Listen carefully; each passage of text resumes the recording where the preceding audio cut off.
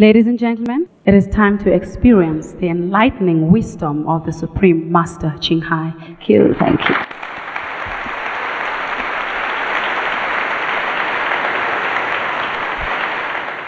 You call me master, but you are all master. You just forget.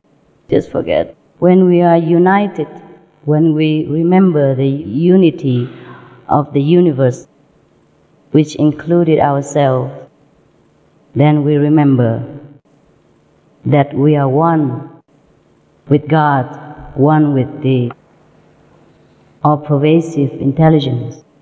And when we have forgotten this, then we have forgotten everything. And we try to remember that through different means, like prayers, scriptures, yogas, meditation. All these are good. All these are good for us. One day, we will truly remember that we are all masters. There's no one in this room or anywhere else who is not a master, because we cannot be separated from the Master, who is all-pervasive, and we are in that pervasiveness, and we are one with that. And that's the only thing we are made of.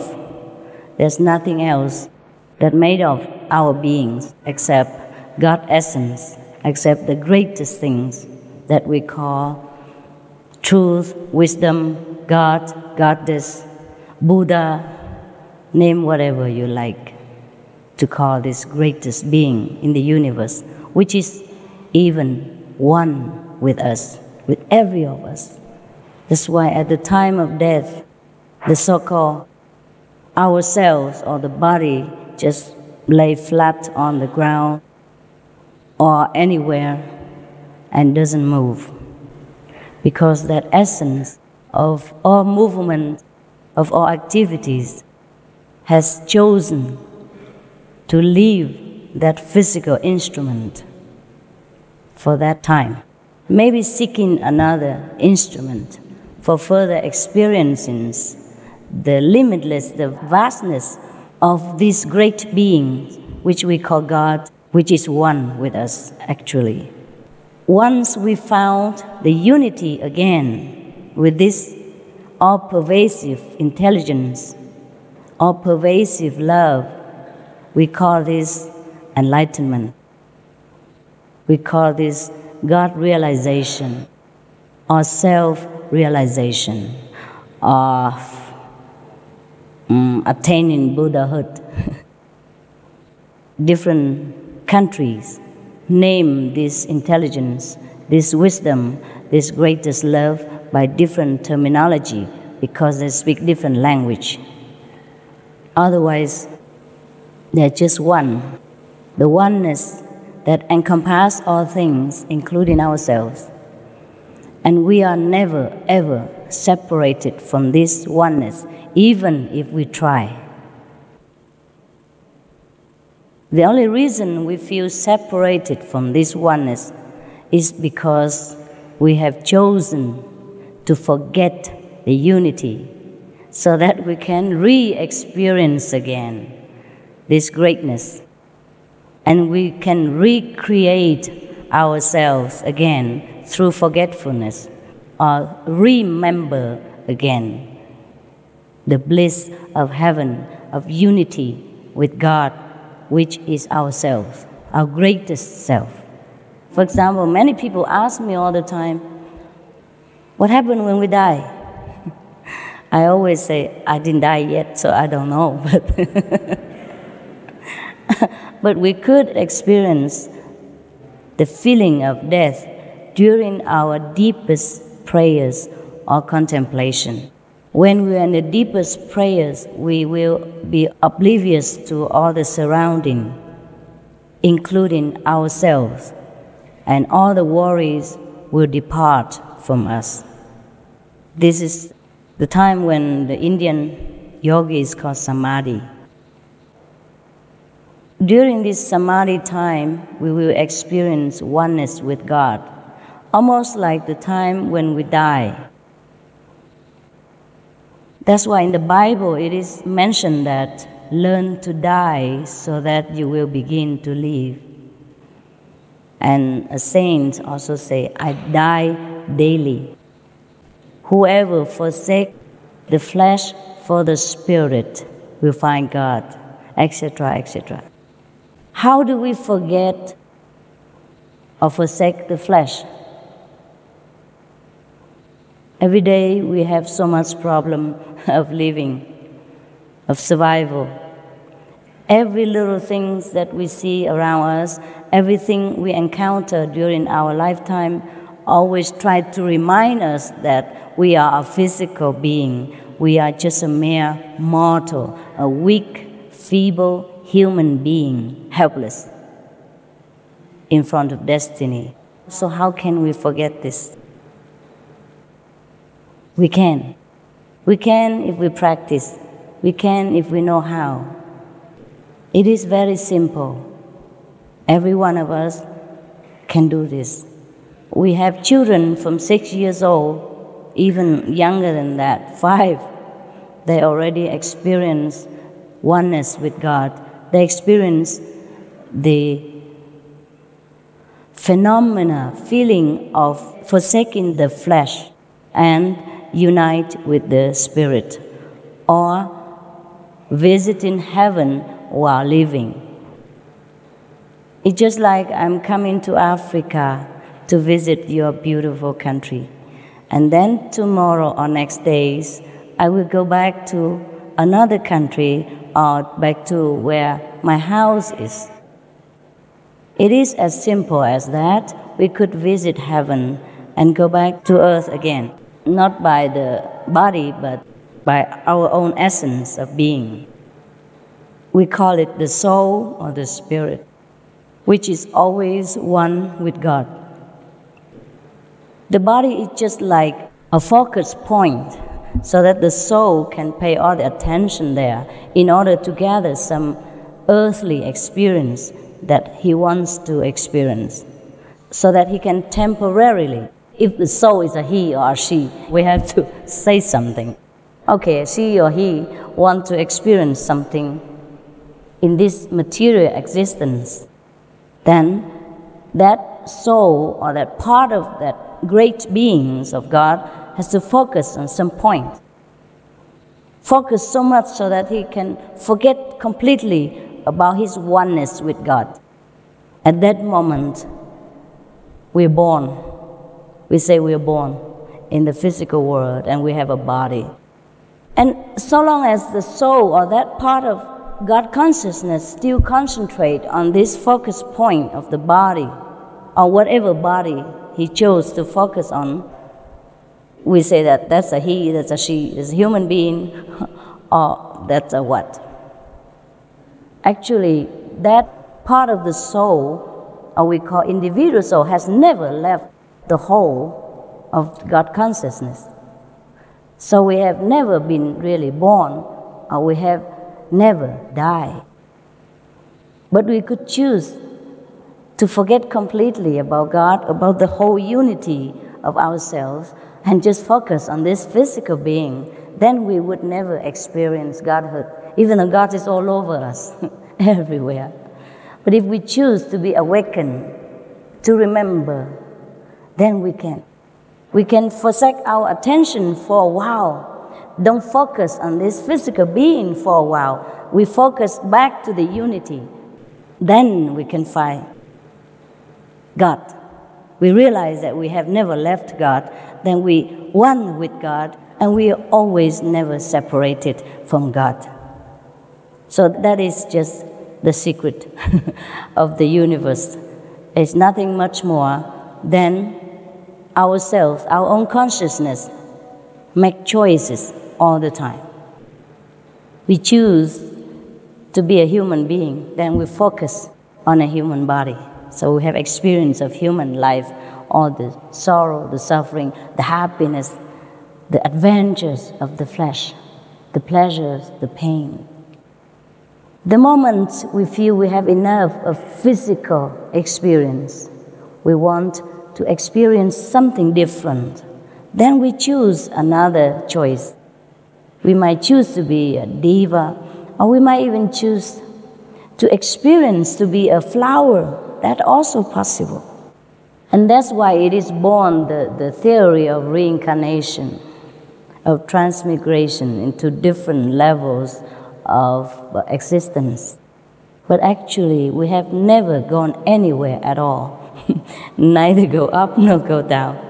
We just forever flowing in the life force of the universe, forever being in Godhood, but forever experience different focus points for our own pleasure, for our own amusement. But while we are in the physical body, sometimes we have forgotten the wisdom of ourselves. Therefore, we have forgotten the choice that we have made before we came here. So the choice we have made might have led us to some pain or suffering. Then now we complain. We complain so much because we don't like the suffering. The body doesn't like the suffering. The mind doesn't like the pressure. But that was what the soul wants to experience. He wants to experience pressure so that he can appreciate again the freedom in God consciousness. He wants to choose suffering so that he can enjoy thousandfold again when he enters eternal bliss once more. That's why we are here, so that we know God more, we know ourselves more. Just like we are the king of ancient nation, sometimes a king disguise himself as a commoner and go among the people in order to understand what true citizenship is like. And then when he comes back, he appreciates his position better, his comfortable palace, or the servants that serve him, or the power that he has. When he disguises himself as a commoner, he has to undergo all kind of hardship, all kind of ordinariness, just like every one of his subjects. He cannot reveal himself that he's a king. In fact, he must completely cover up his identity so that he can truly merge with the people of his nation and experience what their daily life is like. Similarly, we were once with God consciously at that time. We have never been away from God, but now we are not consciously remembering that. So we had enough of the suffering of this physical life. We had enough of the mundane experience. So we get bored. We feel there's nothing really here anymore for us to enjoy. We would like to know where we come from. What else is there in this vast universe of God's creation that we should experience? This is the time when we ask this question, when we wonder like this is the time we will experience enlightenment. We're ready. We're ready for it. So we came all this time to be a human being, to be different human beings. Sometimes if we have focused on one focus point or one human existence and we didn't feel we have enough of physical enjoyment of physical adventure, then we focus on another existence of another human being again. And then we continue further until we get tired. So actually, anyone who is ready can experience God's light, God's unity and enlightenment. That is very simple like that. It's your choice only. You've chosen to forget, and now you have chosen to remember. So if you think you have chosen now to remember again, then of course I'm here to serve you. Because God has given me permission and ordered me to do that. Maybe one day, after you have remembered everything about yourself, God will also say the same to you.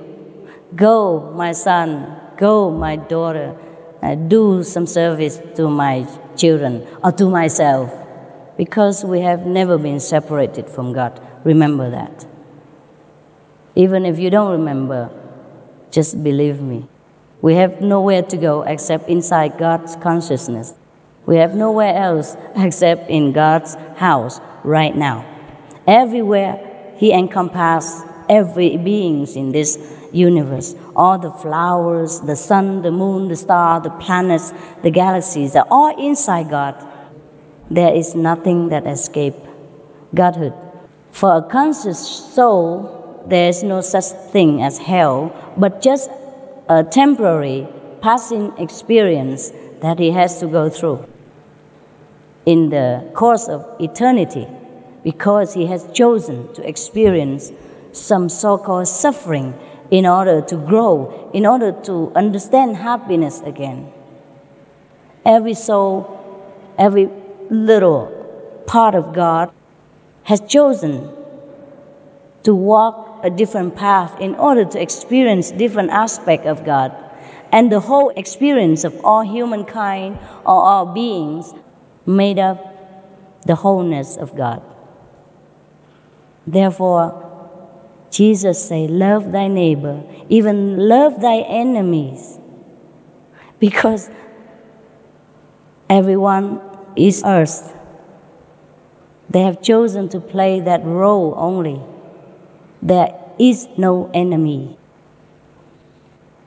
Just us, just God, different focus points to make life more abundant, more variety, more different, more colorful. Just like He made us even so different colors so that we can enjoy each other. Like I look like yellow cornflakes, corn, and you look like chocolate.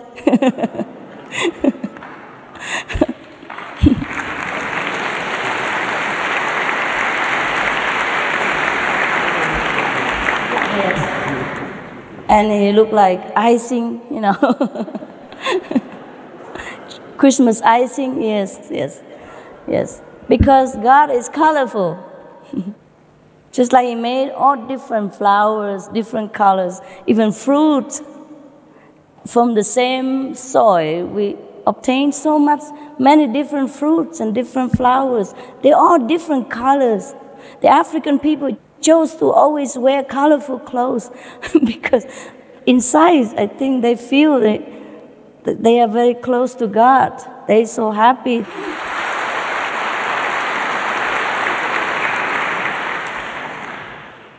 So there is not really anything mysterious or difficult about finding God or finding our true self, because we have never been anything else but God. God's essence, one with God, or God's children, God's offspring, a spark of God, a part of God. It's just like the fish in the sea is born in the sea, it lives in the sea, and when it dies, it becomes the sea again, you know, thing like that. So we have never run anywhere. The problem with us now is that we have to change our thinking. We have to change. We have too much guilt feeling, guilty feel about everything. Feel guilty if we're successful. People make us feel guilty if we're rich even. If God gives us some richness or successful business, people make us feel guilty. Yes. If you have a beautiful wife, people make you feel bad also sometimes. Yeah. They come around and ask you, how did you get to know this beautiful woman?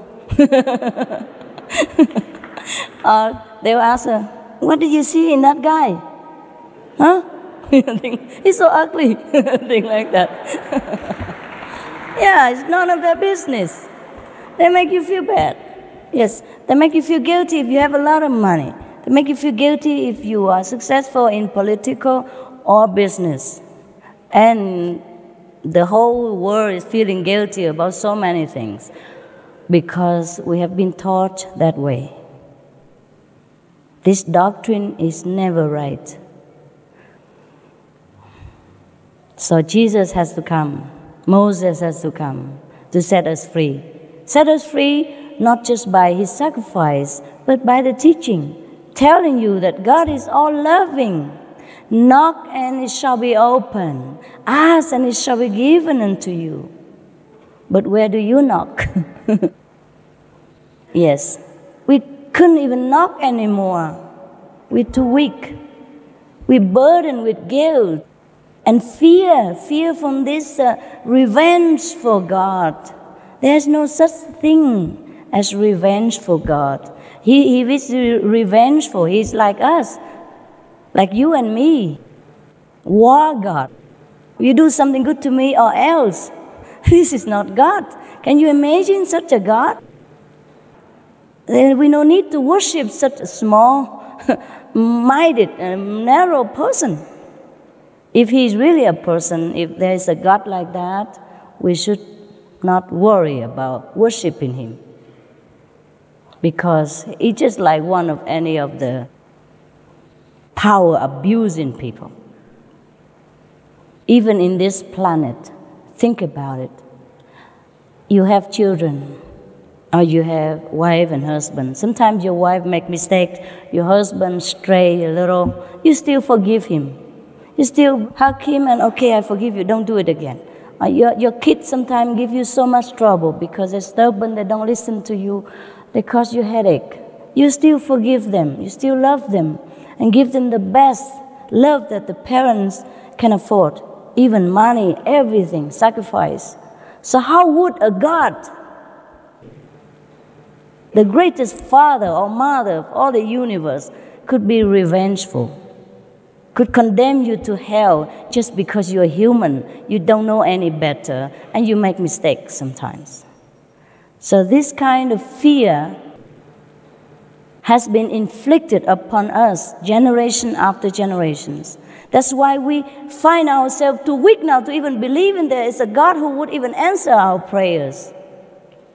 That's why when we pray, we don't pray with the whole heart. We don't have conviction that our prayers will be answered. But it states in the Bible, knock and it shall be opened. Ask and it shall be given. It is like that. It is truly like that about God. No matter what you do, he will always answer your prayers. We just have to listen. I'm going to show you how to listen to him.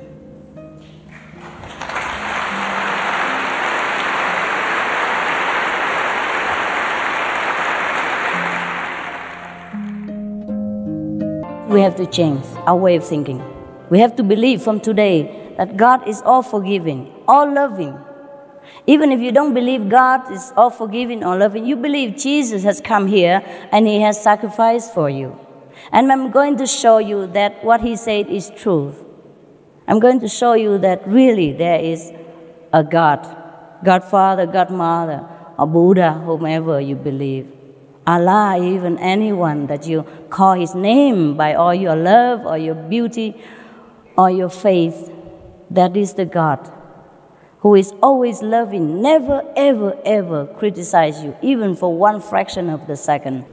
Anytime you turn to him, no matter how badly you have done in your life, he will open the door immediately. That's why we call this way immediate enlightenment, because it is immediate. And every day you can re-practice again and again until you completely remember that there's only God, one thing in this life is God, and he's everywhere. And then you'll be happy. You'll be happy from the day you see his light, the first day already, maybe today. If you trust me enough to offer this service to you, you can have it right away, no problem. You will see that whatever it is stated in the Bible, it is 100% truth. Like Moses has seen God, Jesus has been one with God, so that he become, or he's always been the Son of God. But he's not the only Son of God. We are also the Son of God. God is not important. He didn't make only one son. He makes many.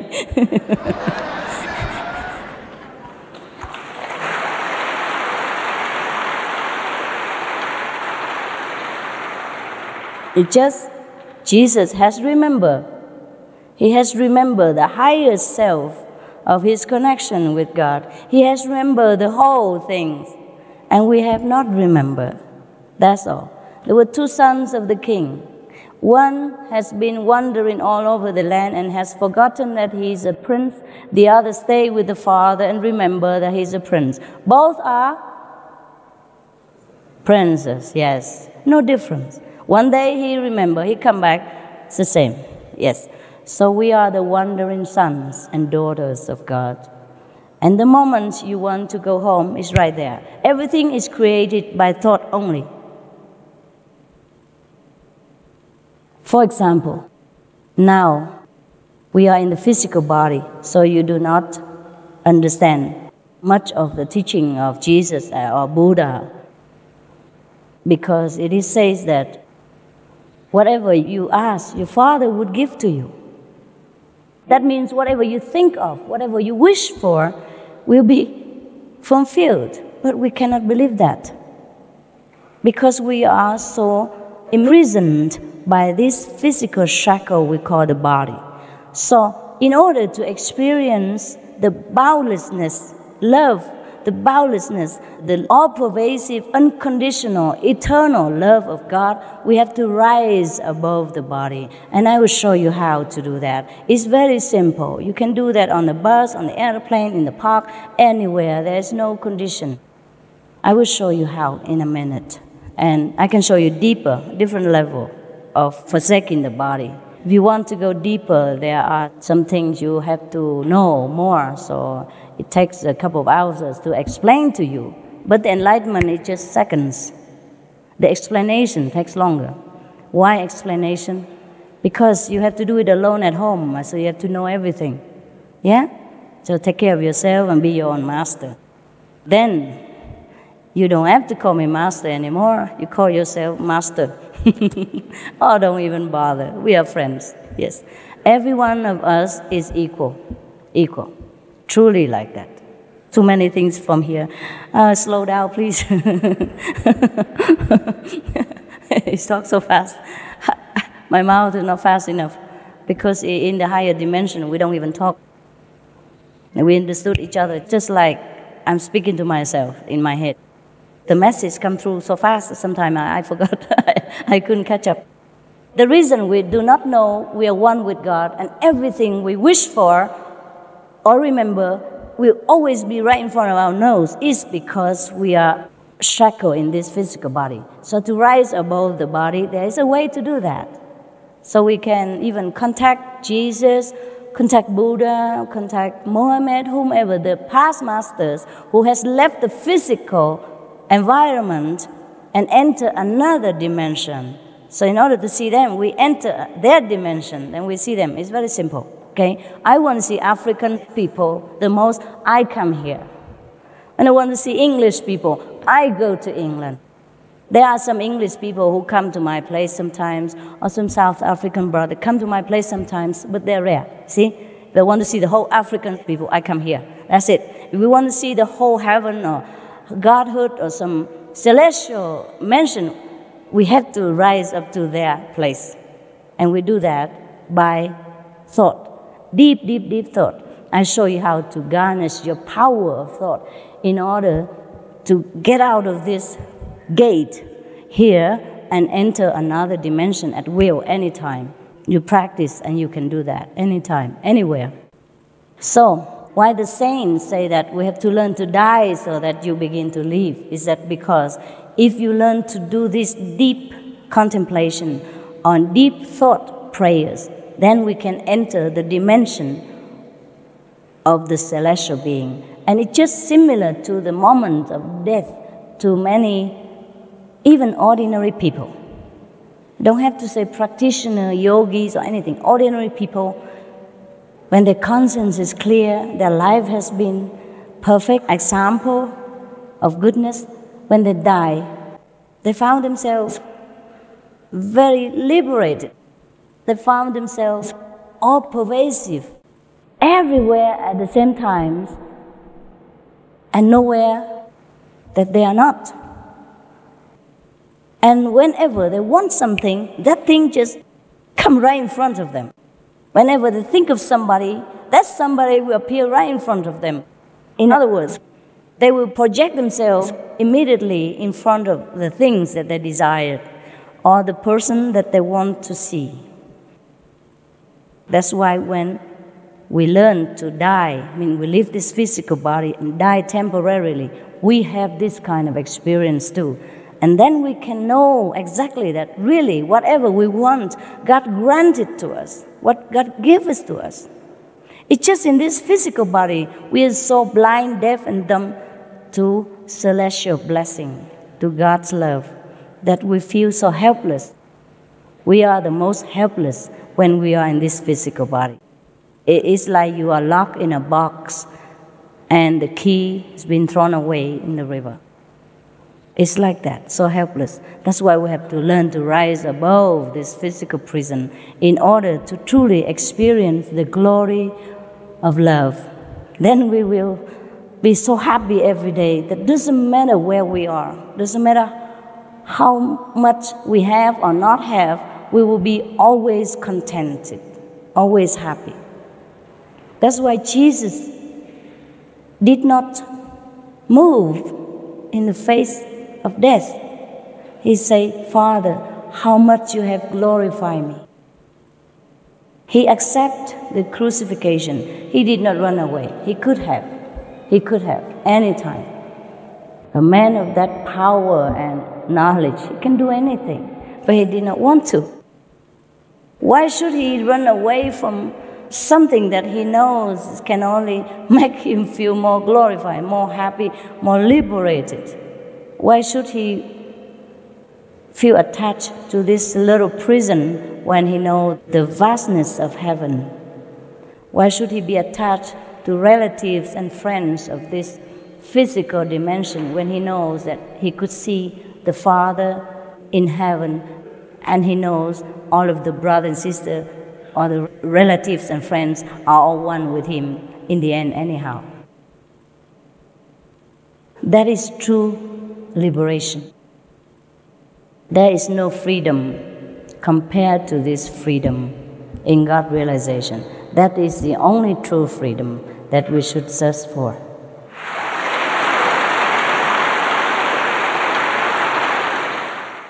I am willing to serve you in any way I can if you think you're ready to make this choice again. You had enough with this life, you want to have different choice. But nevertheless, we do not forsake this world in order to go to heaven. No, we still can have both. For example, I'm still here. I just enjoy heaven every day, but I enjoy also this life. You see, I enjoy your jewelry and your clothes very much.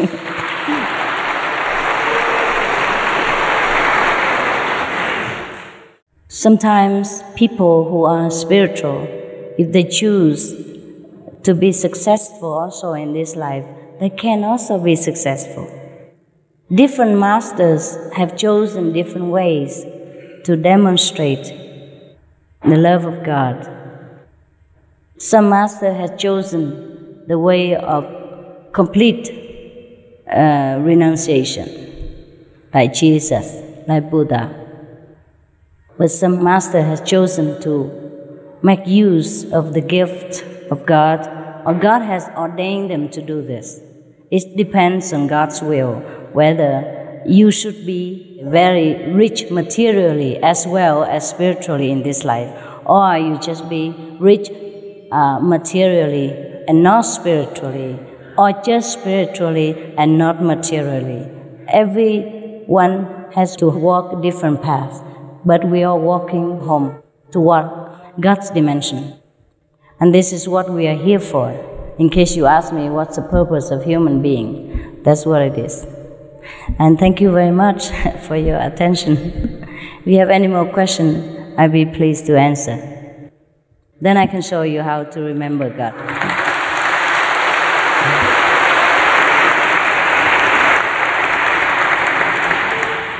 I hope I made myself clear. Yes, you're so intelligent, my God. I'm not surprised. I'm not surprised. African people are very, very spiritual.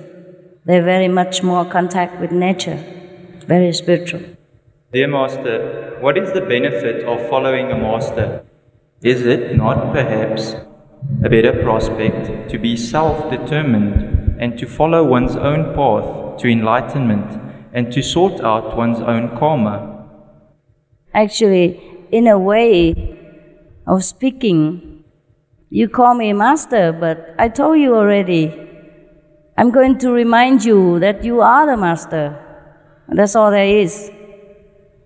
And the karma and all that will go away as soon as you realize that you are the master of the universe, that you are one with God. But before that, if you have not completely realized this, of course, I be your friend and help you until you understand everything.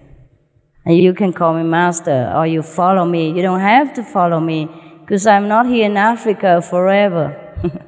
Just follow the instructions so that every day you can contemplate deeply inside and then find God. And then one day you will completely understand. You might even completely understand today. Depends on how much intense of your choice to go back to God. So you don't have to follow anybody, not even any physical or celestial being. You follow yourself.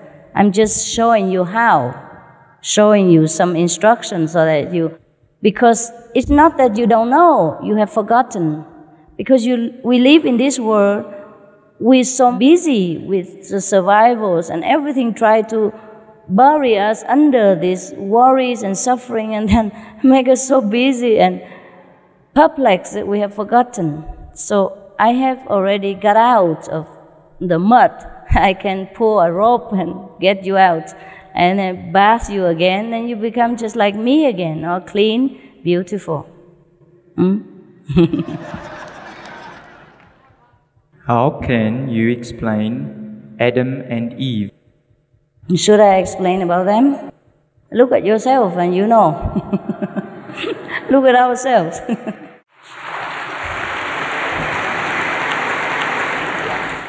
After initiation, how do we communicate with you if you are not here? I'm always here. I'm always here. You will see that. Sometimes you see me in your house. If you concentrate enough, yes. Besides, you can write to me. You can email, write letter. Nowadays, very convenient. But the best communication is inside, because we will be reconnected again with the whole universe. So whatever problem you have, the whole universe knows, and of course I know, because I'm also connected in a network. So whenever you ask something, you have the answer right away, okay? But in case you're still not sure in the beginning, you can always write to me. But the answer is always inside, yes. There's a connection, yeah? 24 hours telephone service, no charge. Yeah, that's a wonder of being enlightened. Because if a teacher has to be physically present every time with the disciples, then it's not convenient, it's not powerful enough. Because it doesn't matter how powerful, how strong a teacher is, he or she cannot protect the disciple 24 hours by physical presence, but by the power of the universe, which the master, she or he, is connected already. I am not myself. It's not the physical body now that will be protecting you. It is a connection with the universal power through me that will protect you. That's why everywhere you are, that power knows and protect you and answer your question. You will not knock and it shall be opened, ask and it shall be given. Your prayers will always be answered. Your question will always be replied by inner connection. And that's the wonder of being in this enlightening ways of life. Otherwise, what's the use of having to even find a master through rivers and ocean again. And how long can you stay with her or him? Yes. Even the master, after initiation, will continue, protect, and guide you after the master has departed from this world. That is the meaning of being a master. Otherwise, you should not be a master. It's a lot of work. Will we master the art of clairvoyance with the third eye? Oh, that's nothing. It's just a little child play. You don't aim for that. This is not the goal for you.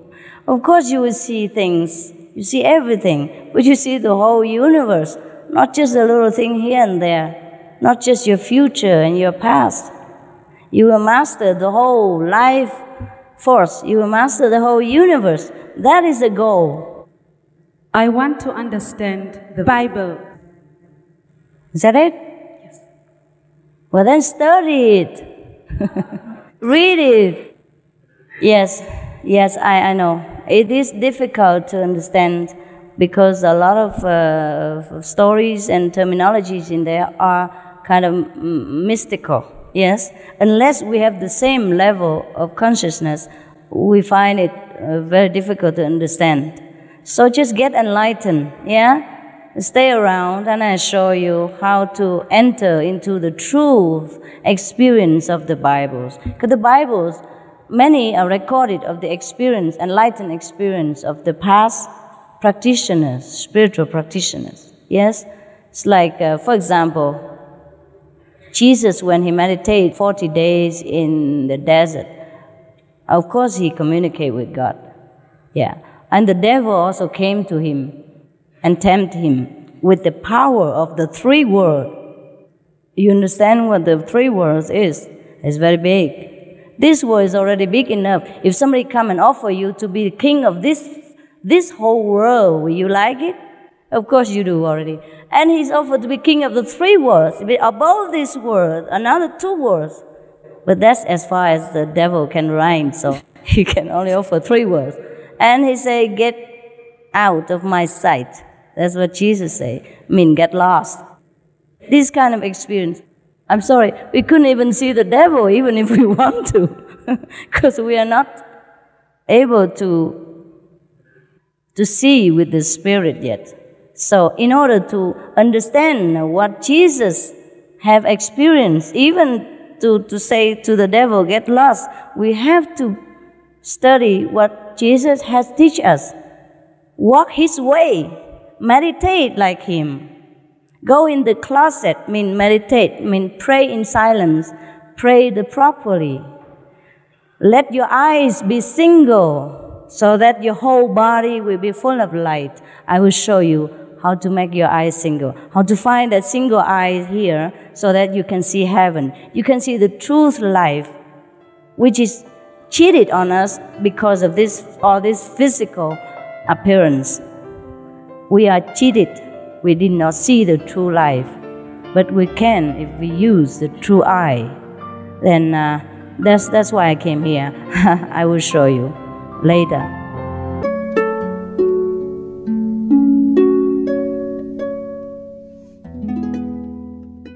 Master, is it important to be a vegetarian to be enlightened?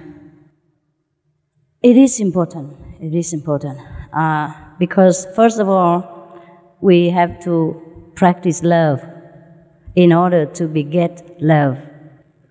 In order to be all-pervasive, loving like our Father, we have to love all beings. And that is the meaning behind the vegetarian diet. It's not to be healthy or not because Jesus says so or Buddha forbid. It's just we have to be love reincarnate. We have to be the walking God on this planet. We have to live like God would live. So in order to be near God, God doesn't punish us. It's just light beget like. If we want to be near to something, we have to go there, the same direction. So God created all beings and let them die naturally. So should we. If we couldn't create, at least we do not destroy. The commandment in the Bible is thou shalt not kill. It didn't say you shall not kill humans only. It says thou shalt not kill. Anything killed is killed.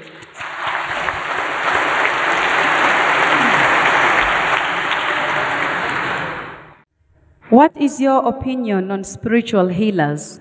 Should or can it be done for a living, like charging clients? If it is it allowed? Yes, spiritual healing is very good. Very good for the patients. Not too good for the healer sometimes. Because she or he has to take on the bad karma of these patients, and sometimes it's very overwhelming.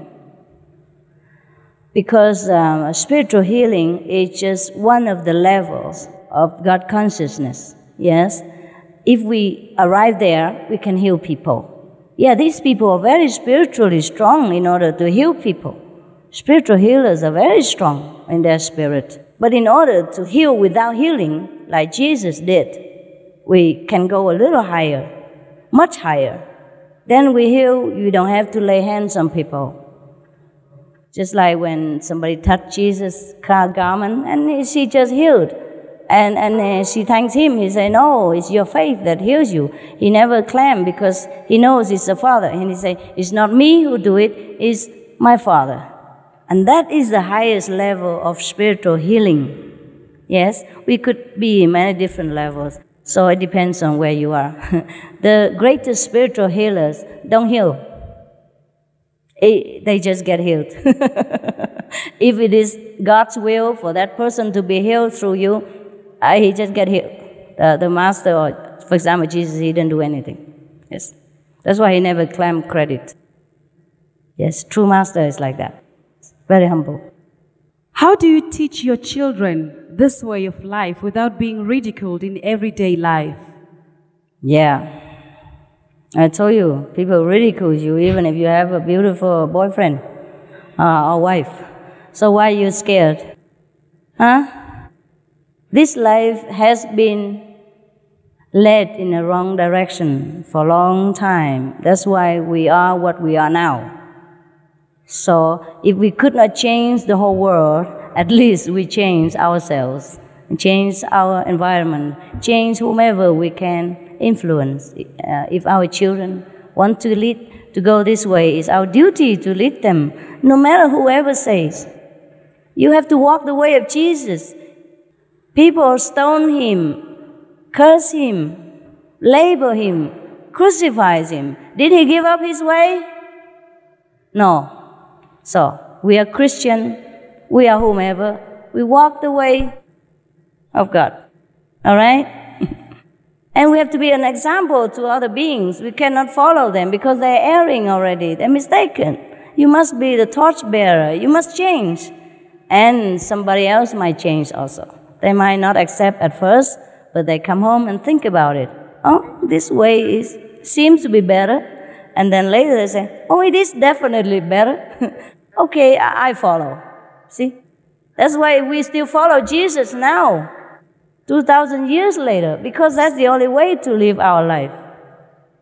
We follow, but we don't practice. We should practice more. Yes.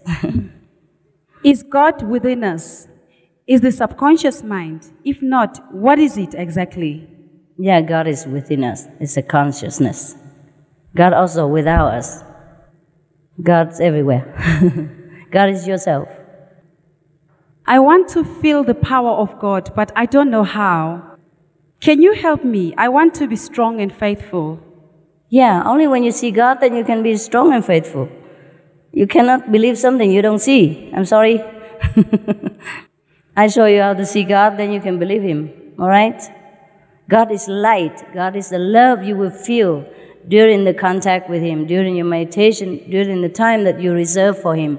And then later, more and more, every day, every minute, you will feel His love. Even without meditation. Even when you're walking, when you're driving, you will feel that you are one with that love. That's a wonderful feeling. And that's how we can believe. You see? That's how we can believe.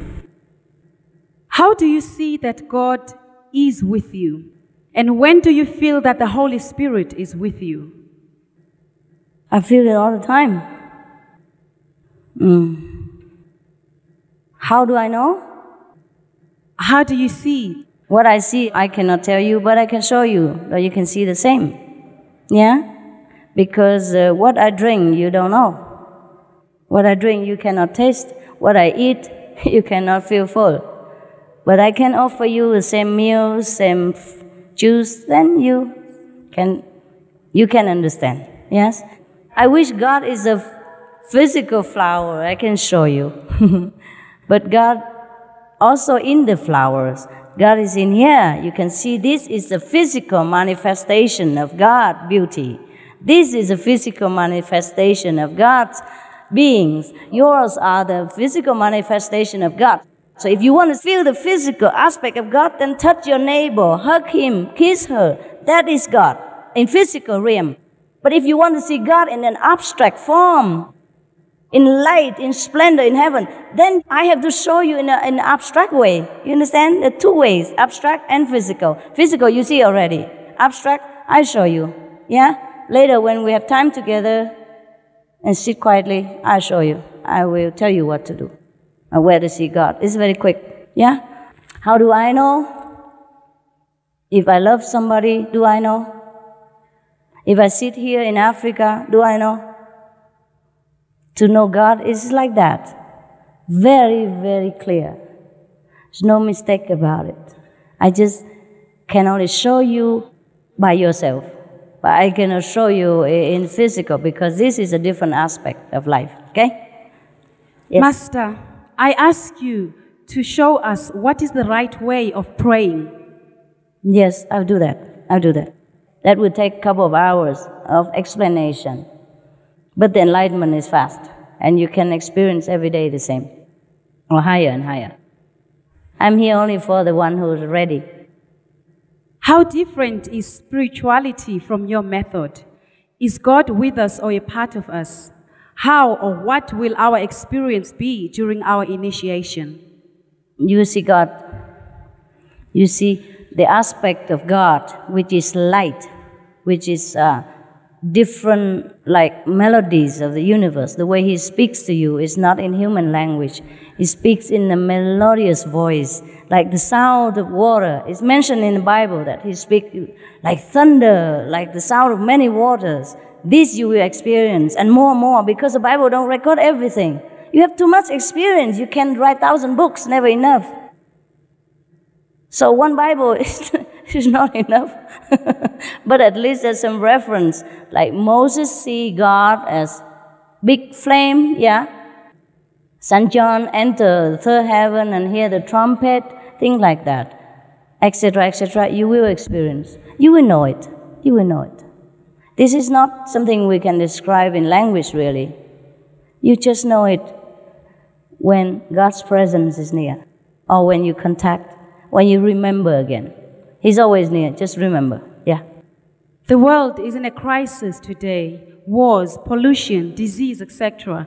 Have we collectively created this crisis just so we can experience greater glory? Yeah, but we could have done better now, since we know better. It was a mistake. Now we have to repair it, yeah? We can't just continue making mistakes forever and say, okay, I'm creating all this so that I can experience heaven. Yes, there's a part of creating havoc and there's a part of creating heaven, so we have to balance it. We can't continue destroying our world forever by pollution, by cutting down forests and by warring each other. It's time to wake up. Time to wake up. We had enough suffering already. Master, what will happen when you leave this world? Will there be others to continue your lineage? Who will initiate the people? Who will be there to guide us? God, you worry too far. At that time you will know. Okay, God will decide. God will decide whether there is someone to continue, and He will let you know. If you're ready, everything will be known to you. If you're not ready, even if 10, 100 master comes, it's no use. Yeah? If you're ready, everything will be known to you. Don't worry, okay? Meanwhile, get initiation while I'm still here.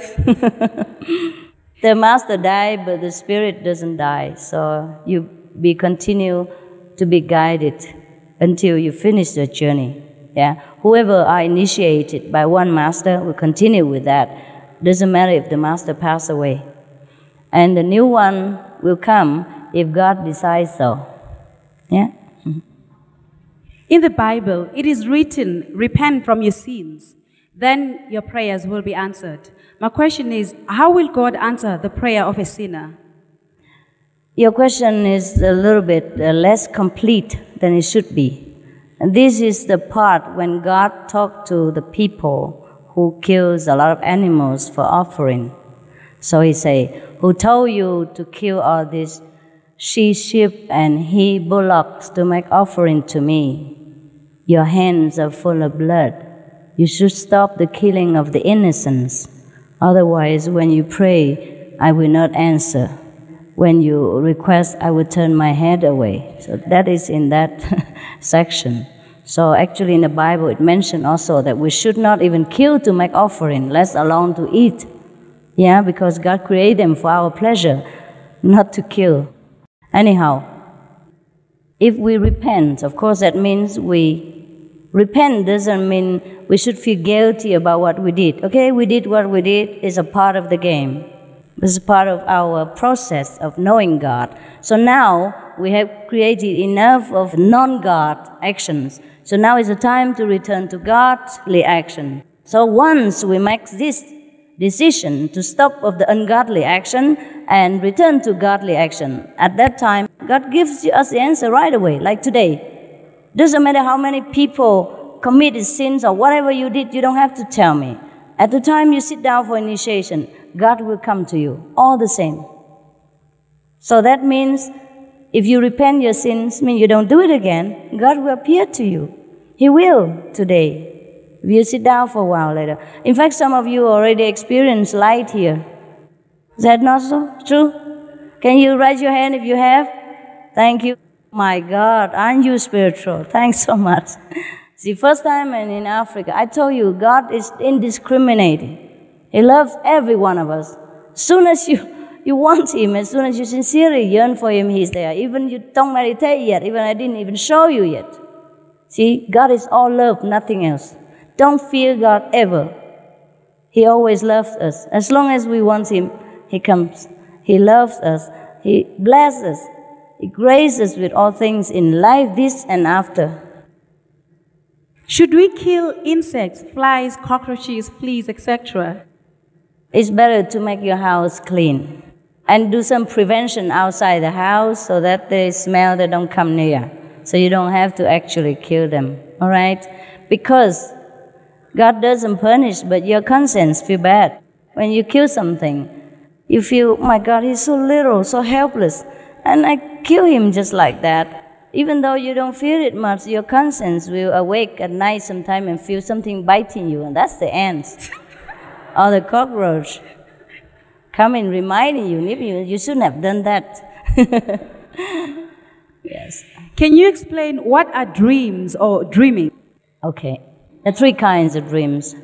One is like a clairvoyant kind of warnings or prediction of the coming event for you. That is when you're in very deep sleep and more aware of your future or the past, okay?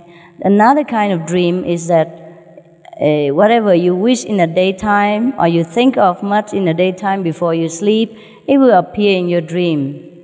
Just a leftover of the impression of the daytime. And the last kind of a dream is just nonsensical, whatever. No meaning. Just collect all kind of garbage in your brain, and when you sleep, it's too full, it just like leak out. Yeah? In the Bible, we read that Abram's sons slaughtered animals for their father. Was it a sin? In the old time, people believed to make offering to God. All right? Even now, they still do that. They even slaughter animal to offering to the God within their body every day. Anyhow, people has different way of life, different choices to know God. They choose to do it quick, they choose to do it slow. For those of you who really get fed up with this life and really want to know God, nothing else, then go get initiation, full. See? So you decide now which choice you stay with or which choice you continue, or next perfection you choose. Yeah? Next choice, or stay with this choice. Jesus Christ fed 5,000 people with bread and fish. Fish is meat. Was that a sin? Jesus also helped fishermen get more fish. Was that a sin? No. The sin is we did not understand him. He did not eat fish. He did not feed fish either. We also eat fish every day, but it's vegetarian fish. We also call it fish. We call it hamburger. Sometimes we call veggie hamburger. Sometimes we're lazy, we call it hamburger. We have things like chicken, we have things like steamed fish. All these are vegetarian. It tastes delicious. And if you are a non-vegetarian and the first time you taste them, it looks like a fish, it tastes like fish, you probably do not know. If we tell you that it's fish, you would believe it. If we tell you it's a hamburger, you would believe it. So, Jesus was a descendant of a clan that has been always vegetarian for thousands of years. If you want to do more research about the Lord's life, you better take more time. And also he went to study in India for 13 years. That's the missing gap in the Bible that you couldn't explain. And if he studied in India, all the yogis there, the master eat vegetarian. How can he eat meat again? That's the two factors you have missed. Of course, the Bible cannot record everything for you. You have to do some research. Yeah, the church don't want you to be lazy and put everything on the table. You have to be creative and long for. If you long to know the life of Jesus, you have to research yourself. Read more books and history and facts and more new findings and all that. Yeah? Anyhow, the fishermen, Jesus recruit. He did not tell them to fish again. He said, come, I teach you how to fish men. No? Yeah, it says, put down the net, I teach you how to fish men. Okay? But since they are fishermen, Jesus used the term as a fisherman sometimes to talk to them. Just say, okay, today we catch a big fish. Means I have a good person to get initiated. We say the same thing sometimes. Also, why do I understand all this? Because I have direct teaching. If you want to understand, you also need the direct teaching. I told you I will show you how to get direct teaching from Jesus. Then you can argue with him and he will tell you he doesn't eat fish. A poor master. Yeah, everybody tell him he did that, he did this. He tell you different, but you couldn't hear. So similarly, you remember how difficult it was for Jesus, how many people harass him and persecute him and his disciples? So they have to talk in code, yeah? So today we have a big fishing time or something like that. Oh, let's go out fishing. Because if he really need fishing, he wouldn't tell his 12 disciples, say, come, forget it, I teach you how to fish men. Now you know, okay? Thanks.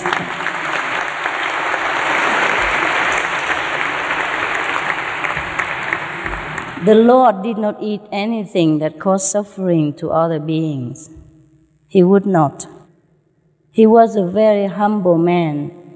He was great in spirit, but very humble and self-denial outside. He did not need fish to keep him alive. There's so many things to eat in this planet to keep yourself alive.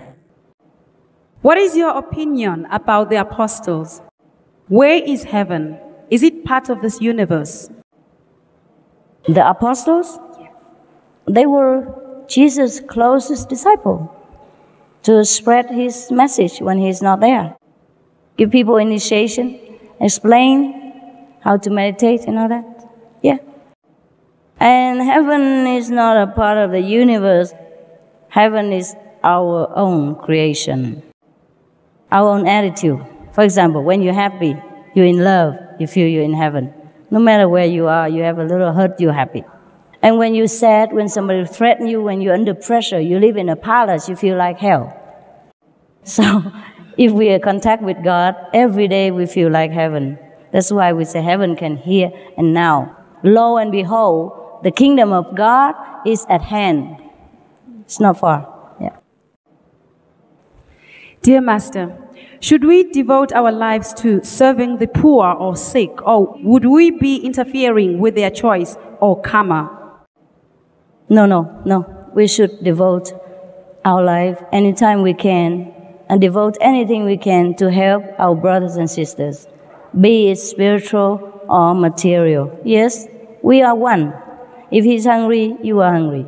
If he's thirsty, it's like you're thirsty. It should be like that. It's not a must. It is a feeling inside. If, for example, if you see somebody hungry and thirsty and dying, and you feel very painful as if you yourself in that situation, then you help him.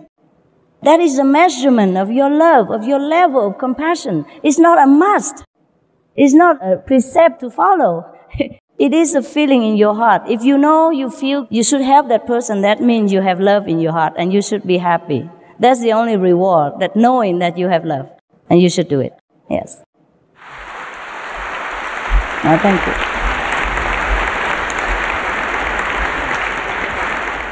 I feel a lot of love, but trapped inside me. Can you help me spread it around the universe? You spread it. It's your love. If you love, do something. If you love, just like if you love a boyfriend or girlfriend, tell him you love him. Do something for him. Give her flowers, hug, kiss, do whatever. So the same, if you love all human beings, then do something about it. Do something you think that would let people know that your love. Shower them with your love. Do it. You know what to do. You have God inside you. Do it honestly with your feeling. Everyone does it differently. I cannot tell you what to do. Okay? What happens to those who do not follow instructions and the scriptures of the Lord? What happened? They have to learn again the lesson of love. Maybe they have to learn it in a hard way. And that we call hell. Yeah?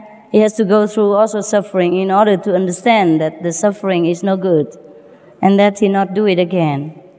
So in a way, he be in a hospital kind of way so that he can heal the part that it was sick. Yeah?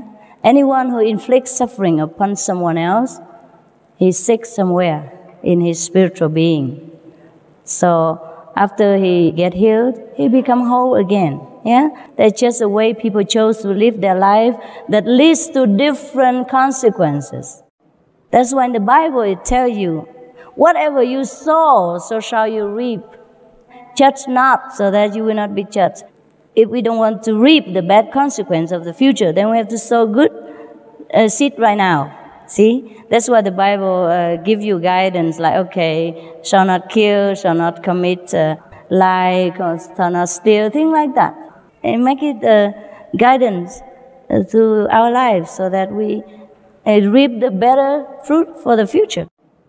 If you have faith in God, why should we suffer and our prayers cannot be answered? Because you have to rise up to God consciousness to know this. Yeah? And then you be content.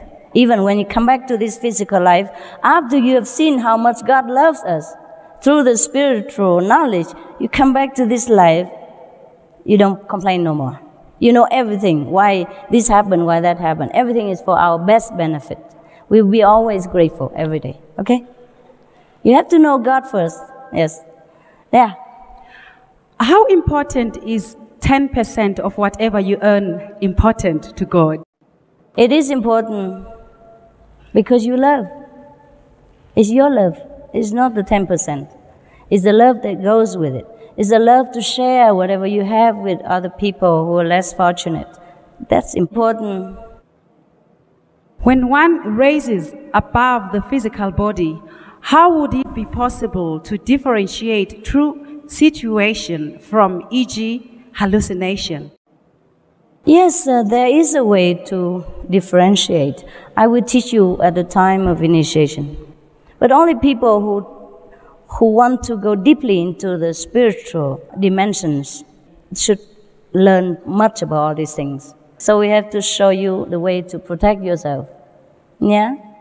But if you just meditate 10 minutes, 20 minutes, it's okay. There's nothing to bother you. You just relax, calm your mind, you do better business, sleep better, eat well. That's it. Know God now and again. There's no danger, okay?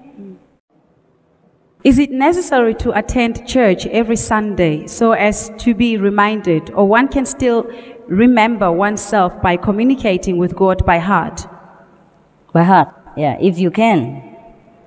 If you can communicate with God by heart, you can pray in the closet, the way it is stated in the Bible, yeah?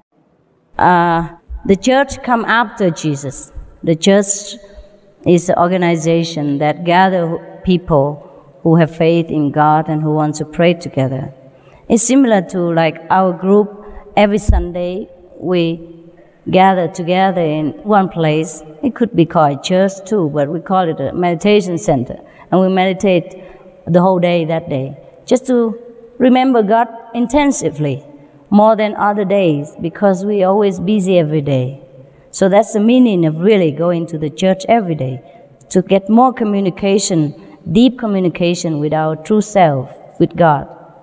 And it's stronger when you meditate together. If you want to sleep, you see the neighbor is sitting straight, you feel ashamed, so you also sit straight. That's the purpose. And you help each other in collective energy. But if you already know God, everywhere you sit is a church. Yeah?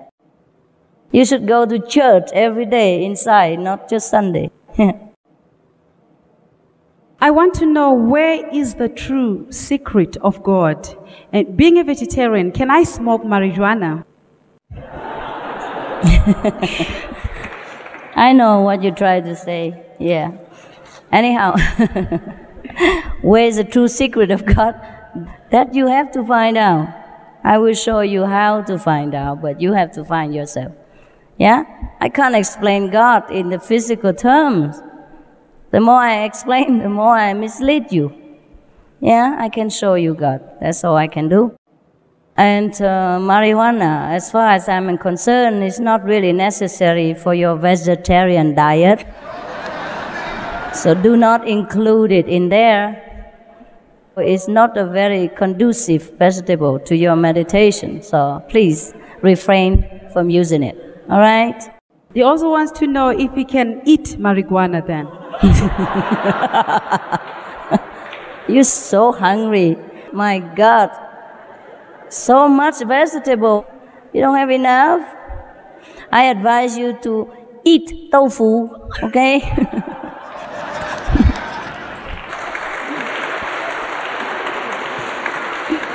Yeah. You can fry spinach. It's better for you. Anything that make our consciousness blurred and not clear, this is not a God way. God's way, no need physical aid, no need anything, because God is God. You can't change him, you can't make him come nearer, you can't bring him where you want just because of marijuana or anything else. You can only know God. That's it. And pure, simple, know God. Just concentrate, forget the world and concentrate on God's side. Then you see God. I just show you how. That's it. There's no need for anything. And the vegetarian we eat, it's just because we just have to eat little of something to sustain this body. Anything we eat to sustain the body, enough nutrition, keep our spirit alive, that's good enough already. Okay? We're not here to eat. We're here to know God. All right? Question from the same person. Am I poor because of my thinking or my belief? We are poor because of our belief. But it's too late now. Okay?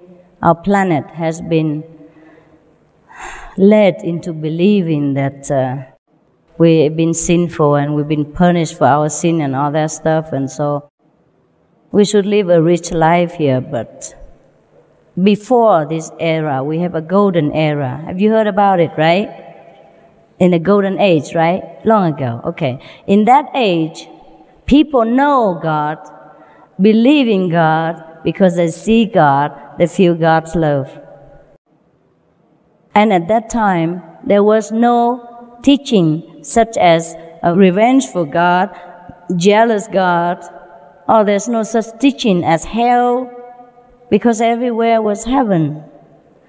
But then some bad people has invented this kind of fear to control the population. And slowly, slowly, this fear creep into our consciousness. And we begin slowly to believe that we are sinful, we are bad. We couldn't know God because we are forsaken, we're born in sin, we always sin, and everything we do is sin. So our consciousness has become conditioned that way.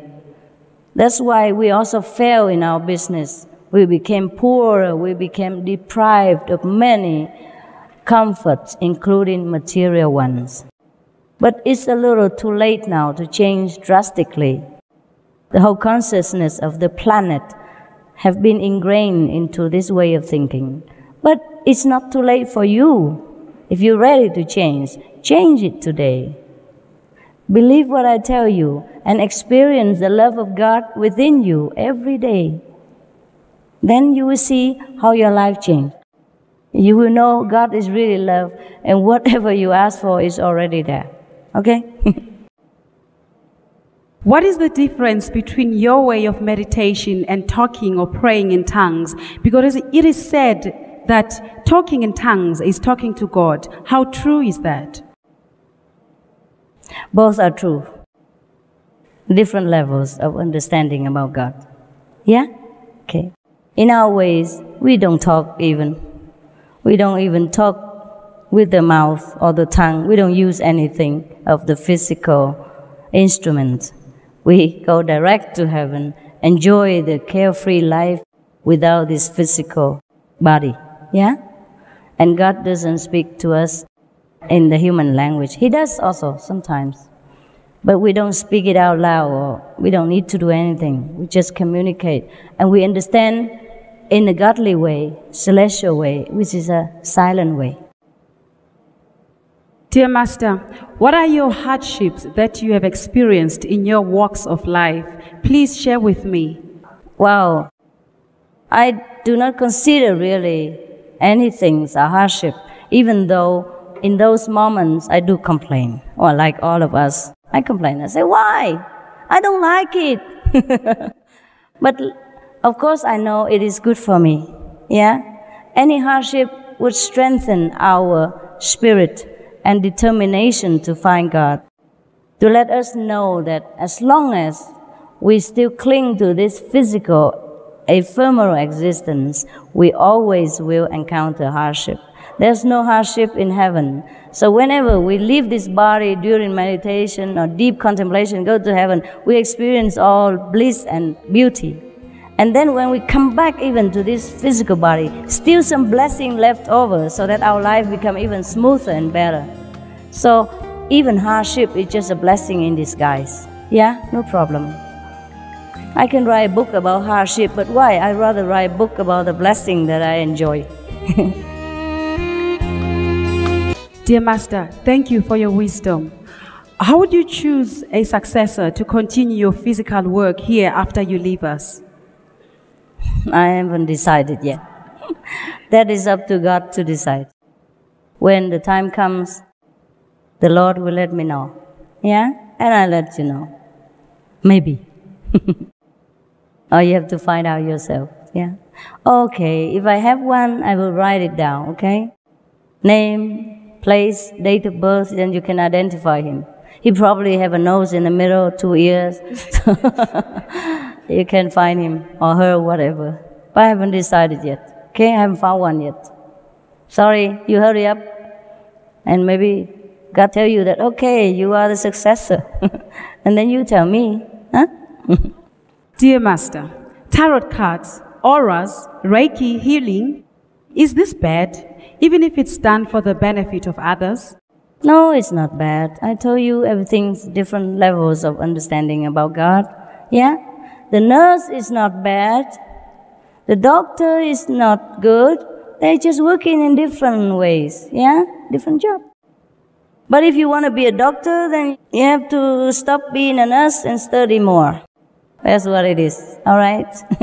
Become the healers without healing, like Jesus. Yeah? Okay. How do I overcome all these problems I have and get my focus back and be forgiven for my wrongs? I would love to change my life and be a good man again. Yes, then change it. First, whatever you don't like about yourself, change it. For example, you used to tell lie, now don't. Just tell the truth. You used to take things from people, you stop that and you give your things instead. Yeah? Or get initiation, get enlightened. Is there such a thing as bad luck or curses upon you? And when does it ever set you free? Nobody can curse you. No bad luck can harm you if you choose to walk the other way, right? Just walk the other way. Walk the way of God, then all bad lucks will leave you. But sometimes, because the bad karma you have already created, so the consequence still linger for a while, okay? Just bear it. We don't live here long, don't worry. Why can we not be initiated and be unrestricted? Why can we not eat meat and drink alcohol? So you want to be a flesh-eating God and drunken God? You already are. If you eat meat now and drink wine, you're already a drunken God and meat-eating God already every day. I thought you want to change to something different. You already are God.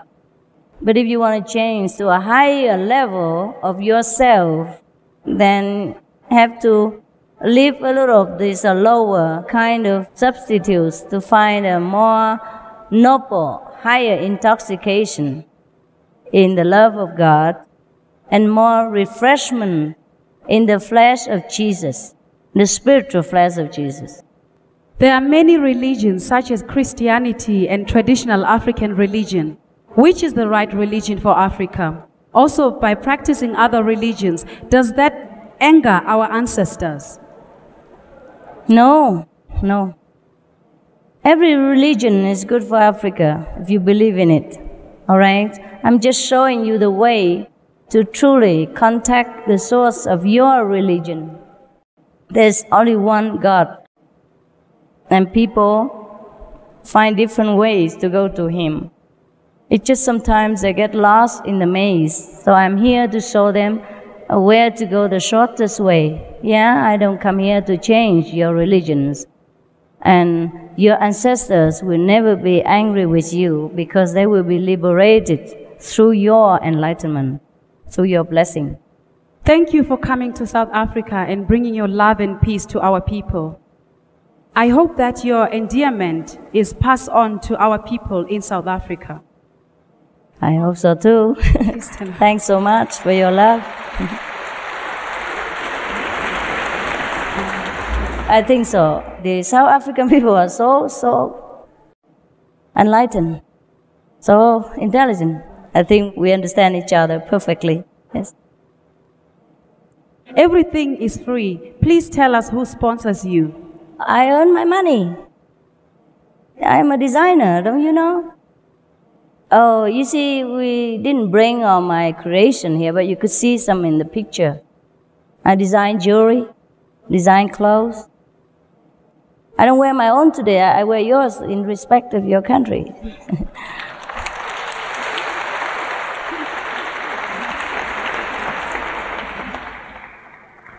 In the Bible, it says that you must earn your own living by the sweat of your brow. So that's what I do.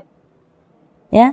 Apart from sharing with you the blessing that God has permitted me to do, I have to also earn my upkeep for the physical needs. Yeah? I need transportation. I need car, I need airplane ticket, etc. So I earn the money just like you do. And I share whatever I have with other people. Yeah. Apart from what I need, I have surplus. I share with other brothers and sisters. Nobody supports me. I support people. God supports me, yes. When you gather together on Sundays, do you eat Holy Communion in remembrance of our Lord Jesus Christ? When I go to the church on Sunday? Yes.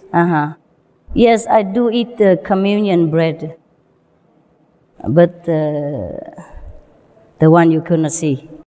Yes, the real flesh of Jesus. I don't cut his flesh and eat, but I be one with him. Yeah, that's my communion bread. I have that every day, not just Sunday. In Africa, it is said that we have a high rate of HIV/AIDS. Does God curse or punish our continent with this incurable disease? How can we be saved from this disease? In every country, there are information centers about AIDS or about any disease that you happen to worry about. Yes? Find out from information and take care of yourself physically. Yeah? Otherwise, if you practice spiritually also and you keep the precepts and you have vegetarian diet, you lead a spiritual life, you never have to worry about this question. Is the golden age a sign of the second coming of Jesus? What is the golden age? The golden age is the time, like once or long ago or many times ago, when we experience once with God and everything that we wish for is fulfilled instantly. We can experience golden age right now if we have this connection with God. Every day is a golden age to the Kuan Yin practitioners. Where do we black people come from? Because we do not exist in the Bible. Is it true that we are cursed children? No. Are you kidding? You see? This is a doctrine of fear, the doctrine of separation, the doctrine of condemnation and humiliation that people long ago tried to inflict upon human race to divide us and to roll us, because united we stand, divided we fall, and they know that. Oh my God, why do you ever ask this question? Should never even come up. It's just a different color, just like flowers here. Look how many colors in here. Suppose we all white or all yellow like me. Wouldn't it be boring, our planet? Huh? Then I don't have South Africa to come to. I don't have a different color to look at. When I look at you, I think of chocolate. Yum, yum. My favorite color. Yeah. Yes. And, all colors are beautiful. There's no difference, just different flowers.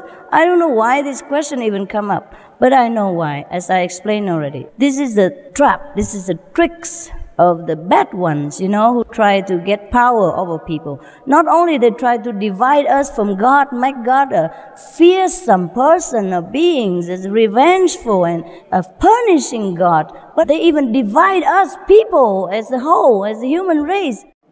Yeah, try to tell the white people that black are bad, and try to tell the dark people that the light-skinned people are evils. Yes, every generation we've been brainwashed into thinking like this, and that's how we've become confused, and then we try to think again. Is it true what he said? Maybe it's true what he said. Tell me why the black people are cursed. Tell me why. One good reason why. Can you answer why? If you cannot answer, that means there doesn't exist the curse. What's the difference between the dark color or the light color, the yellow or the red? What is the difference in here? You know why you're black or you're dark? Because you're too near the sun. Hide yourself inside the house. No, I told you already. God is colorful one. He's artistic. He makes different fruit color. He makes different flowers color. So he makes different dogs color. He makes different elephants color. He makes different birds color. He makes different humans color. We should be happy. He's great. We are great. Anyhow, I like chocolate, so I don't care.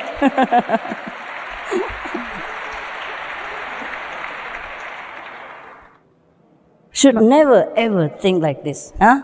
Never this question should arise in your mind. You are great. You have very, very long and deep spiritual tradition. What do you mean black people is not mentioned in the Bible? Huh? How about the Egyptian, Cleopatra? She was black. Yeah, Moses. Yeah? The Egyptian people, where Moses was raised, they are also color, they're dark color. You mean they're not mentioned in the Bible? Does you have to say dark or black in order for you to identify yourself? You are a human being. There's no black, no white, no yellow, nothing. We are God's children. Finito. Yeah, no problem at all. I don't see why. Any problem. I don't see why. How can you see any problem with the colors of the flowers? I don't understand this. Huh? You know what? You know what? Have you been to Holland? Any of you? Okay, some of you, right. Do you know in Holland they cultivate black tulips? Yeah? And they are the most expensive and rare because we don't have that many. See? When you don't have black, they have to create it. You see? Suppose we don't have dark people here, we have to create it genetically, matching in order to get a black one. And then it will be, oh my God, he's black. Oh my God. You know what I mean? It's like the tulips, the dark tulips. It's very dark tulips. It's not born like that. They match the genetic. They create it by scientific means. And I've seen a patch of them, beautiful, very dark and beautiful, and very rare. The whole gardens are full of different colors. Just one little batch is black tulip. And they call the king of the night, or queen of the night or something like that. Beautiful name. Suppose we don't have dark people here, or chocolate people here, then we will be missing something, you see? And then we will have to try hard in a laboratory in order to create a black baby. And then we will hold it up. Oh, look at him. Isn't he beautiful? See what I mean? So God already knows that. He created for us. So we should be very grateful, happy, and proud. Yeah? Proud to be colored. Yeah, thank you. But this problem has been too long, so it doesn't matter how long I speak, it doesn't seem long enough to erase the long-standing misunderstanding of the colors of God's creation. You know how much money all the people in other countries have to spend on the beach, how much suffering they have to lay in the scorching sun in order to get the color you have. Come on, you're kidding. So you are a millionaire. A walking inborn millionaire. Only millionaire in America or elsewhere can have the kind of color you have because they spend a lot of time, money in the sun. You know that? You know that. So next time, don't ask me this question. Tell yourself, you're millionaire, born millionaire. No need to roast yourself on the beach for hours on end. It's a big suffering to get the color of the people of Africa. Yeah. Master, I want to know, when I saw your picture, something struck me. I had the feeling of coming here to meet you. In fact, to see you physically. And when you entered the hall, I did feel like crying. Is it because I was feeling you, or I was getting the fulfillment of knowing God? Could be that. Could be that you feel the God within me that manifest in the love for you. Not that he cannot manifest within you also. He could. If you have chosen the way of God, he will manifest also. See, I have chosen to walk his way, so you can feel more obviously, because I'm with him. And then other people are more with the world, more worried about the world. I'm more about God. Therefore, you can feel more God's presence in such a person. For example, maybe me. So that's why you feel happy or You feel emotional. Otherwise, we don't know each other. Why should you cry when you see me? Why should you love me and want to shake my hand or hug me? Yeah? Must be something. Yeah? As you sow, so shall you reap. Be with the world or be with God. When we are with the world, we manifest more worldly atmosphere, and people recognize that more. And when we are with God, we are more radiating God atmosphere, and people feel that, because the God in you feel that. Okay. Thank you, Master, for coming to South Africa. We welcome you with open hands. Thank you.